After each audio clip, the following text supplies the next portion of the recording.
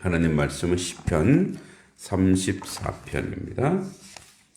오늘 1절로 3절까지만 보겠습니다. 시편 34편.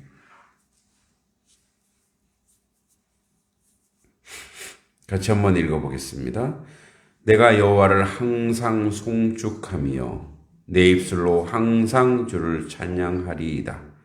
내 영혼이 여호와를 자랑하리니 곤고한 자들이 이를 듣고 기뻐하리로다. 나와 함께 여호와를 광대하시다 하며 함께 그의 이름을 높이세. 아멘.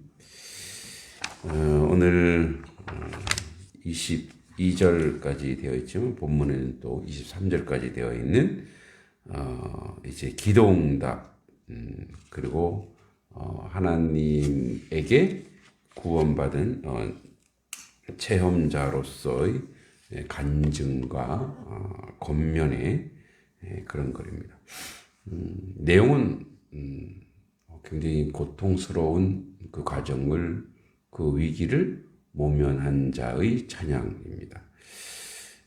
오늘 이제 이 시편 34편은 히브리 알파벳, 그래서 이제 답관체라는 건데, 예를 들어서 우리도 가 하면은 가나다라 하면은 뭐 가로 시작돼서 앞에 두 운을 두어서 시를 쓰는 것처럼 히브리 알파벳의 순서에 따라서 이렇게 시를 써냈습니다.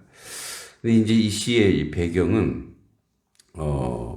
다윗이 본문에 이제 가드 왕 앞에서 미친 채 하여서 위기를 모면하는 아주 그런 어려움 속에 있는 상황 속에서 지은 시입니다.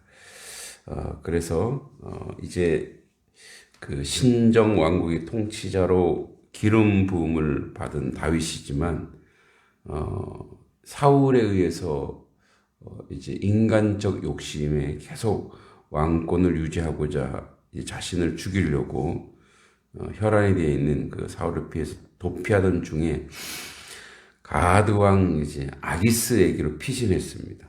사무엘상 21장 10절부터 15절의 내용인데, 근데 이제 아기스에게 딱 피신했는데 그의 신하들이 과거 블레셋 골리앗을 쳐 죽인 자라고 해서 그를 죽이라고 그렇게 요구했습니다. 이에 다급한 다윗은 어떻게 살아날까 하다가 미친 채 한 거죠. 그래서 미친 척하고 수염에 침을 질질 흘려서 미친 척해서 그 위기를 벗어날 수 있습니다. 이러한 절체절명의 위기 상황에서 하나님으로부터 구원받은 사실에 너무 감격해서 소리 높여 찬양하고자 하는 그런 시입니다. 그래서 이제 오늘 본문은 사무엘상 21장과 또 연결되어 있는 부분이죠. 여기 이제 첫 번째, 그래서 1절부터 3절까지는 자신의 그 살아난 그런 간증, 그리고 그 배경하에 여호와를 송축하고 있고, 이제 내일 볼 4절부터 7절까지는 기도응답 받은 벅찬 체험을 간증하고, 8절부터 14절까지는 여호와를 경외하는 선한 생활을 권면하고 있습니다. 그리고 이제 마지막 15절에서 22절까지는 하나님께 나오는 의인들이 분명을 지키시는 여호와의 은혜에 대한 확신과 권면이 이렇게 기록되어 있습니다. 이제 그러놓고 보면 모든 그 인생의 결국, 인생의 결말은 하나님의 간섭과 개입을 통해서 인생이 살아간다는 것을 알 수 있습니다. 사실은 다윗이 자기의 그 신앙 고백이라든지 위기 때 체험을 쫙 기록해 놓아서 우리는 그렇게 생각하죠. 아이고, 참 인생이 참 기구하다. 어떻게 저렇게 살 수 있을까? 근데 우리 인생도 똑같아요. 기록을 안 했었을 뿐이지 우리 인생도 크고 작게 그러한 삶의 연속이라는 걸 알 수 있죠. 뭐 다윗은 사울에게 쫓기고 나중에 압살롬에게 쫓기고 압살롬과 아들과 신하들에게 배신당하고 또 자기도 범죄해서 하나님 앞에 벌받고 그러니까 이런 삶의 여정이 그래서 다윗의 그 하나님을 고백하는 고백의 내용이지만 또 다른 측면에서는 다윗의 인생에 대한 정직한 고백이 아닌가 그렇게 볼 수 있습니다. 이제 그런 면에서 오늘도 굉장히 큰 위기를 당했죠. 그리고 그 위기를 어떻게 벗어날까, 어떻게 갈까. 이제 그 중에 하나가 미친 척하여서 그 목숨을 구걸하는 거죠. 어떻게 보면은 뭐랄까 사내답게 가감하게 그렇게 자기를 드러내고 아주 용맹한 장수답게 죽는 것이 낫지 않는가 이렇게 보는데 그것이 아니라 살아내야 되는 살아가야 하는 그 다윗이 왜 미친 채 했을까 두려워서 뭐 이런 것일 수도 있어요. 또 하나는 기름 부음 받은 자예요. 하나님께 이제 막 기름 부음 받아서 아직은 사울이 왕이란 말이에요. 그런데 하나님이 그 왕권을 옮겼어요. 다윗에게로. 근데 아직 다윗은 그냥 기름 부음만 사무엘에게 의해서 기름 부음만 받았지 아직 사울이 살기 등등하기 때문에 뭘 해 한 게 하나도 없는 거예요. 그렇게 왔을 때 하나님이 지금 내가 여기서 죽을 때가 아니구나. 사명을 감당해야 될 때가. 근데 거기서 죽었으면 다윗 왕국은 왕조는 없는 거죠. 그러니까 그런 걸 생각할 때에도 다윗은 하나님 살려주십시오. 그래서 자존감도 무너지고 참 치욕스럽지만 이 유대 남자가 수염에 침을 질질 흘리고 미친 채 하는 것은 가장 모욕. 왜냐하면 그걸 보여줘야 저쪽에서 자기 자신을 안심할 거거든요. 그러니까 비굴하게 살아가는 거죠. 비굴하게 목숨을 구걸하고 산 거예요. 근데 이제 어떻게 보면 그것이 사는 건가? 그게 정말 살아가는 건가? 이럴 때가 있어요. 우리도 그럴 때가 있죠. 우리도 하나님 백성으로 살아갈 때에 어떨 때는 내가 이렇게 또 해야 되나 할 정도의 어떤 비굴함 이런 것들이 있을 수 있어요. 그러한 것들이 어떨 때 오냐면 죽고 싶을 적이 참 많죠. 인생에 얼마나 많겠어요.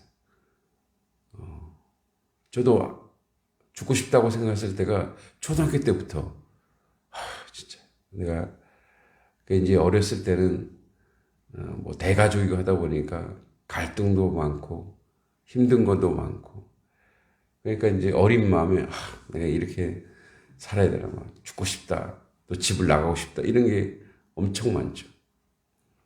그 성장하면서도 마찬가지예요. 그러니까 인생이 이렇게 고난이라면 이제 우리 딸이 최근에 공부하면서 힘들어서 그런지 저한테 문자로 이렇게 보냈더라고요. 아빠 인생이 고통인데 이렇게 인생은 살아야 돼? 이러더라고요. 공부하니까 되게 힘들죠. 그래서 내가 그랬죠. 근데 그러면서 성장하고 그러면서 가치를 발견하고 그러면서 살만하더라. 자기는 살만하지 않대요. 지금. 그러냐. 이제 공부하면서 막 고민이 많고 막 안 풀리고 막. 근데 제가 그랬죠. 공부는 울면서 하는 거라고. 눈물을 흘리면서 씨를 뿌리는 게 공부라고. 나중에 열매가 반드시 오니까 걱정하지 말라고. 다시 이제 힘을 내서 또 공부하고. 근데 그런 걸 계속 겪을 거예요. 그죠? 우리 인생에. 차라리 확 죽어버려. 이런 인생 얼마나 많아요. 근데 항상 우리가 생각하죠.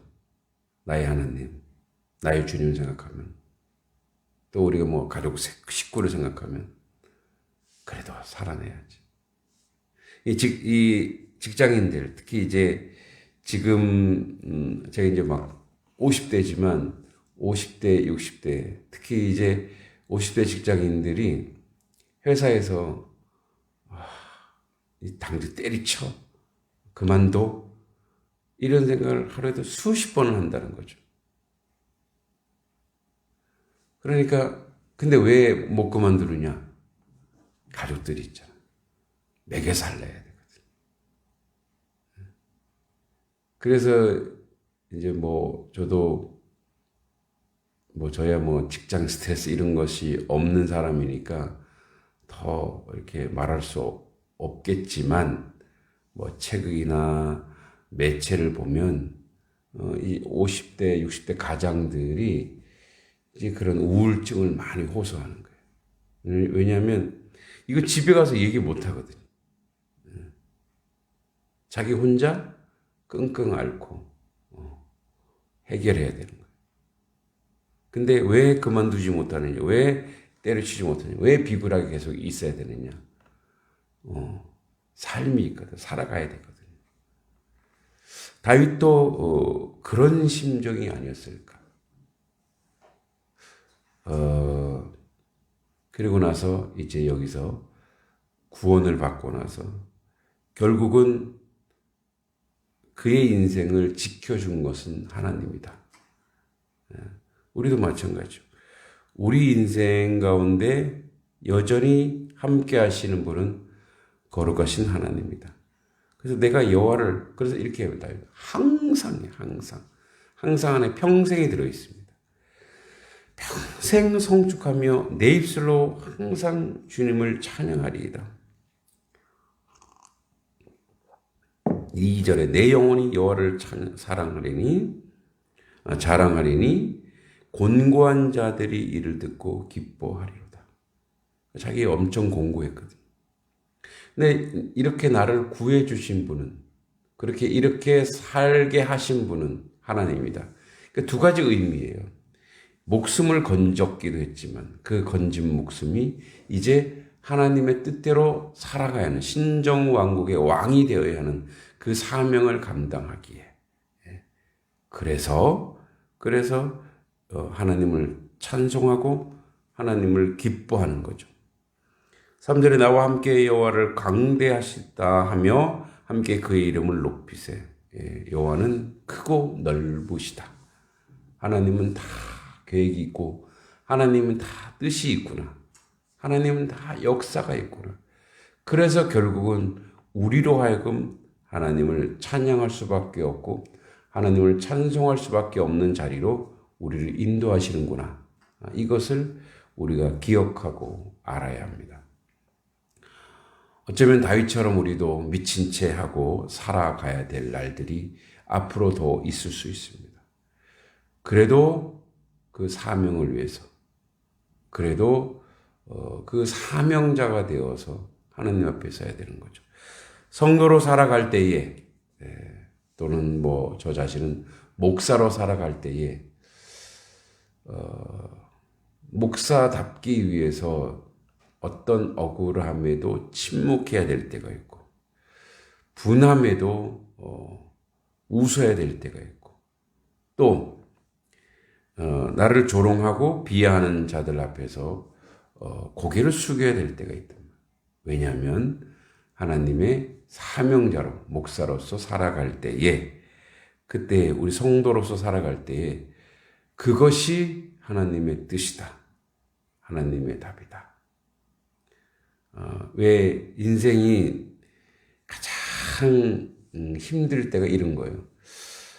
나보다도 이제 비교해서 나보다도 못한 것 같은데 어떤 면에서 나보다도 못한 그 사람이 그 못남 때문에 질투하고 질시했을 때 그것을 동일하게 내가 똑같은 방법으로 분노하고 하면 참 말려드는 거죠. 그럴 때 나는 하나님의 뜻 안에서 하나님의 은혜 안에서 그런 자에게도 그런 사람에게도 내가 고개를 숙여야 될 때가 있더란 말이죠.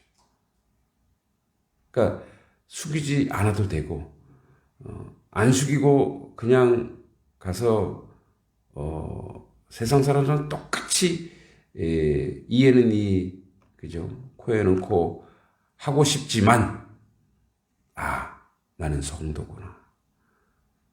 나는 그리스도인이구나. 그래서 그 가슴 속에 아프고 힘들지만 고개를 숙여야 될 때가 있다. 왜? 하나님의 사명자이고 하나님의 백성이므로. 결국은 그러한 여정과 과정 속에서 하나님은 우리에게 이런 승리를 준다는 거예요.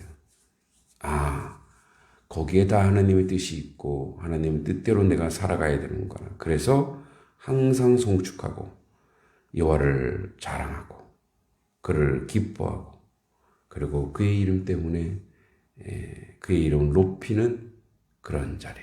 결국 그런 사람이 승리하는 사람이다라고 오늘 다윗은 우리에게 이야기합니다. 그래서 결국 평생 우리의 입술 속에 하나님을 찬양할 수밖에 없는 삶의 내용으로 우리와 함께 하시는 줄 믿습니다. 그 하나님의 이름을 오늘도 송축하고 자랑하고 기뻐하고 높이는 그런 하나님의 백성으로 모든 삶의 영역에서 승리하시기 바랍니다.